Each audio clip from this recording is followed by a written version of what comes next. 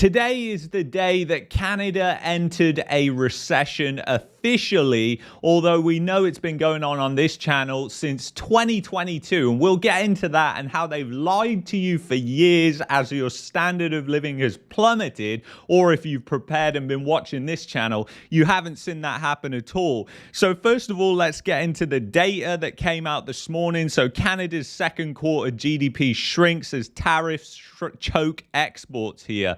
So basically the headline is it contracted by 1.6%. But guys, they were forecasting something like 0.6 or 0.8. So the mainstream economists were once again just way off the fucking mark on what is going on in the economy. And these people are paid like $400,000 probably to so-called forecast the economy, but they never get it right. So the GDP for the quarter that ended June 30th decelerated by 1.6%. So once again, this is old data, guys, that we're going over because we're nearly at the end of Q3 right now and we're talking about Q2. So you can see you've had 2 consecutive quarters here of negative GDP growth. And the thing is, you couple that with what's been going on with unemployment, which is, you know, for the past 3 years, unemployment has been rising, then you know that Canada is in a recession right now. And another thing that I want to show you as well is what RBC was talking about last year, because they were saying that, you know, this has been going on for a longer period of time than the mainstream media wants to admit here. So the Canadian economy almost certainly would have contracted outright over the last 2 years. Per person after inflation, household spending is 2.6% below its post-pandemic peak and down 2% from pre-pandemic 2019 levels as higher prices and interest rates cut into purchasing power. Per capita GDP has declined in 6 of the past 7 quarters to 3.1% below 2019 levels. This was obviously last year, and it's basically RBC, Canada's biggest bank, coming out and saying that, hey, the Canadian economy would have been in recession since 2022 if it wasn't for the crazy population growth that was masking what was really going on under the hood. And it's something I've fucking been talking about for years. You guys know this, that I've been talking about how the standard of living is dropping. You know, crime doesn't just rise for no reason, right? The reason it rises is because more people are struggling. People like to blame different groups, whatever. But the main reason why crime goes up is because people are struggling. So you're going to see that happen more and more and more. My buddy messaged me last night saying there was some massive shooting going on in Calgary last night and people had a shelter-in-place order. I mean, it's just wild, the sort of shit that is going on in the Canadian economy. And then it says here, money markets increase their bets of a rate cut. You know, whether that's going to happen is going to be really interesting, because if you look at where core inflation is, it's well above the Bank of Canada's target. It's at 2.6% right now. And then if you look at the other measures of inflation, it's at 1.7%. So, you know, it depends what they're really looking at. I mean, their core mandate is price stability, and it's not the economy and unemployment. So it really depends what they want to do here. I don't know. And what political pressure are they under from the World Economic Funded Mark Carney, who is also a bankster. So no doubt he is in talks with Canada's central bank. He was Canada's central bank. He was the Bank of England as well. I mean, it's no coincidence how these people get into all these different roles. And, you know, and now their prime minister is just absolutely insane. And you'll have to leave me a comment. You know, do you think that things would have been different? Do you think Canada would not be in an official recession right now if the Conservatives had got elected this year? I personally don't think it would have made any difference to the actual recession, because I think this was coming long ago. And you can definitely see that when you look at these unemployment numbers. They were rising way before the tariffs. So they want to tell you this story that it was all about the fucking tariffs and everything is about the fucking tariffs. But when you actually look at the hard data, unemployment has been rising consistently now since 2022. So it's obviously not just about the tariffs. And then it also said that the economy contracted 0.1% in June as well.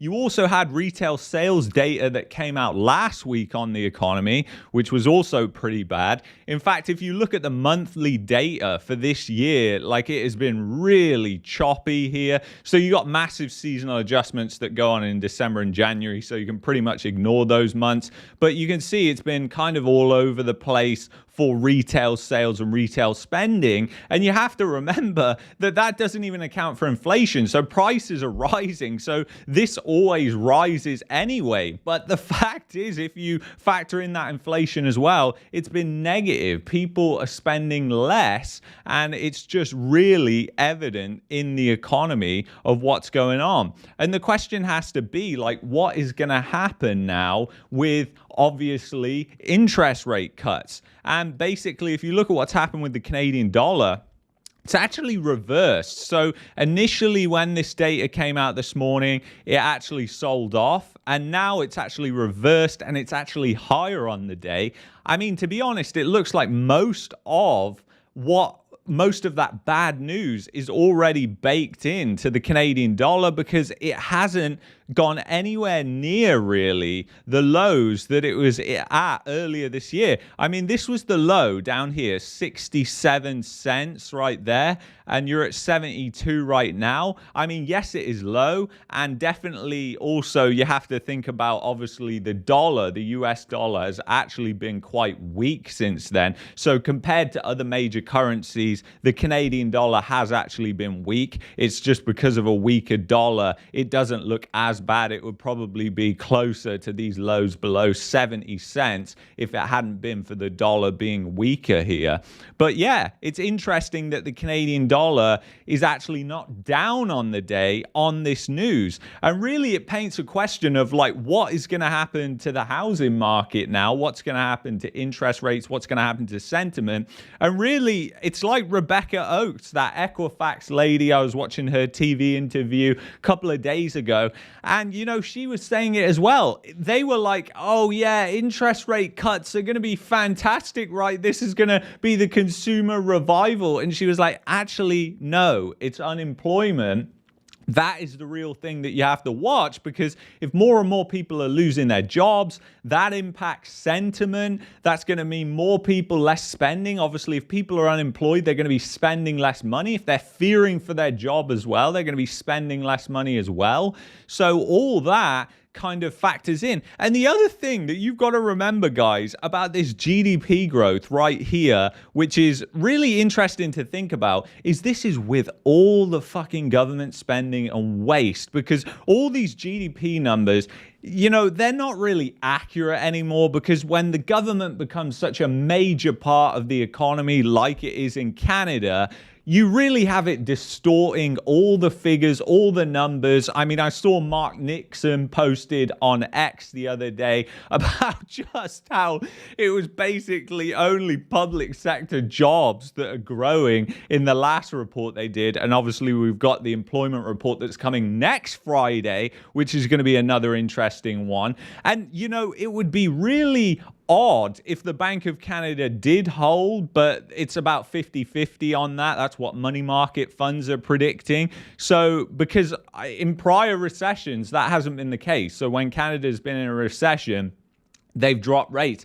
And, you know, the funny thing is, they think that dropping rates, and so many people think that dropping rates just means inflation is going to rip and it's going to revive the economy. That is the mainstream view, And it's not correct. It's not right. It's been debunked so many times. Obviously, you've got so much debt in the Canadian economy, and if people are losing their jobs, that trumps everything else, like interest rate cuts, forget it. So we'll have to continue to monitor what happens, especially on unemployment here, because unemployment is going to be crucial now. And obviously we'll have to watch, because they're probably going to redefine what recession is right now. But just remember, you know, even big banks in Canada have been saying that Canada has been in a recession since 2022 if you take out all that population growth. So really, even though it's officially in a recession right now, it's more like it's officially in a fucking depression if you actually look at what's going on. Because,